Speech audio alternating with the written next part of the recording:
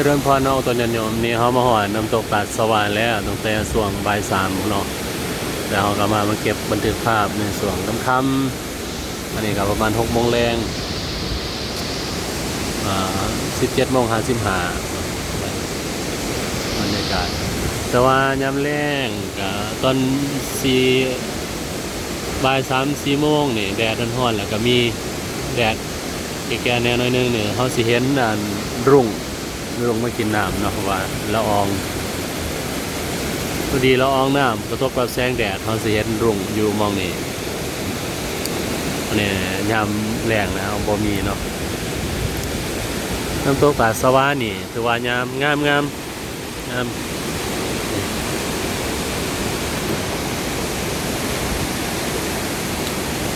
บริเวณก็มีแต่ฟาร์มต้นไม้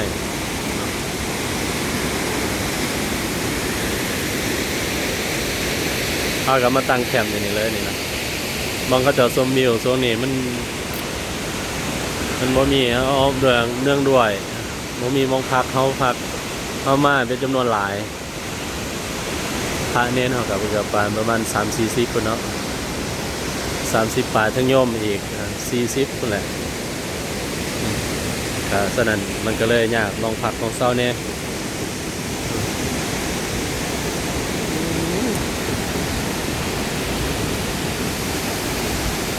เบิ่งมุมกว้างเนาะ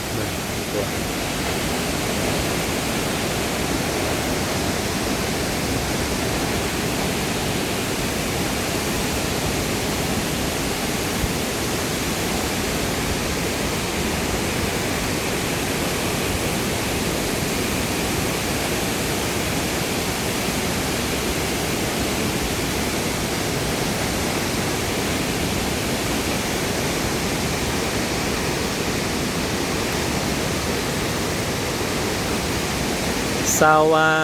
ความสูงน่าจะเป็นความสูงที่เขาวัดจากนี่แหละ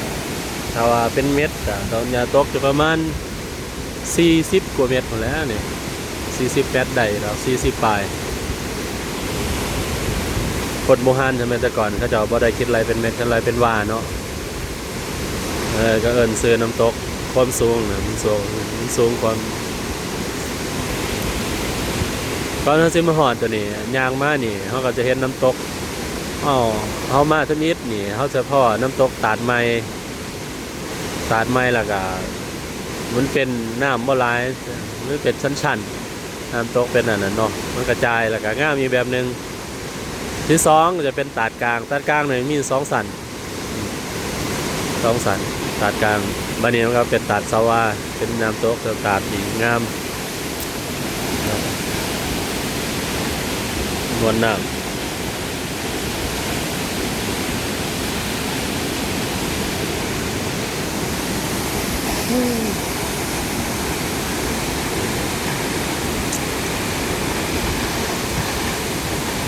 ตัว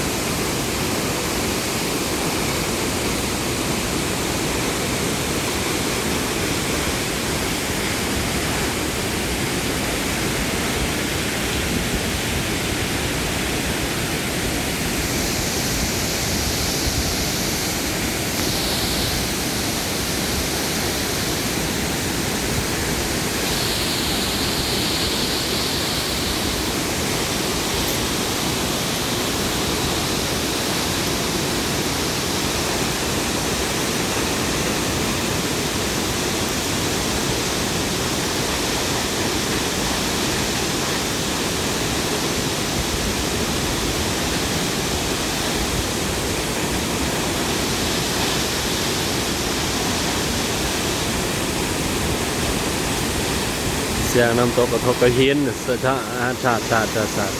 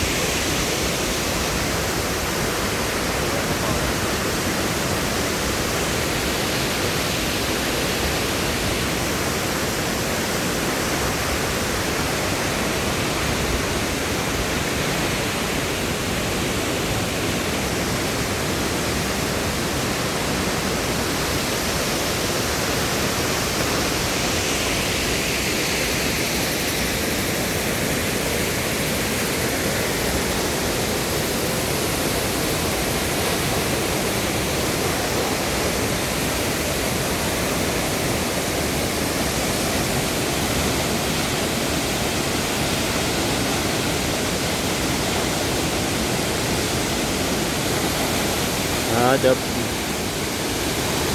เพียงเท่านี้เนาะชมโอ้สาดงามอยู่ดีน้ำตกสาดสาวว่า